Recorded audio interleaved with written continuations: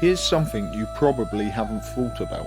The biggest thing holding you back isn't your job, your past, or even the people around you. It's the picture you carry of yourself inside your own head. That mental snapshot, your self-image, it's quietly running your life. Alfred Adler, one of the founding thinkers of modern psychology, pointed out that we don't live based on reality itself. We live based on how we see ourselves in relation to it. Think about that. Two people can face the same challenge, but if one sees themselves as capable, they rise. If the other sees themselves as small or unworthy, they shrink. It's not the challenge that decides the outcome, it's the lens through which they view themselves. Here's where it gets sneaky. Self-image shows up in ways we don't even notice.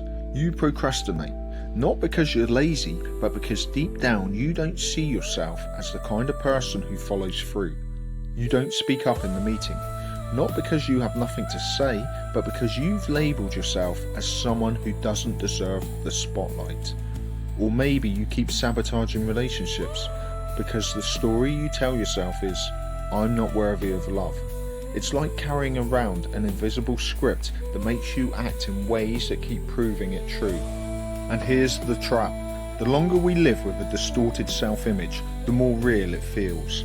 You stop questioning it. You just say, that's who I am. But is it? Or is it the role you accepted years ago without realising it? That cage doesn't have a lock. It's only being held shut by belief. So how do you break free? Start small. Every single time you take action that goes against the old story, you weaken it. If your self-image says you're unreliable, keep one small promise to yourself today. If it says you're weak, do something hard, even if it's just a cold shower or finishing that workout you wanted to skip. These moments might feel small, but each one is like carving a new groove in your brain, telling yourself, wait, maybe I'm not who I thought I was. Over time that builds. Action reshapes belief. Belief reshapes identity. Adler also said something powerful. You need the courage to be imperfect. Stop waiting until you feel flawless before you act. That perfect version you imagine is an illusion that keeps you frozen. Real growth looks messy. You'll trip, you'll stumble, but each stumble is a step forward. Every misstep is evidence you're in motion, while most people are standing still. Here's the bigger picture.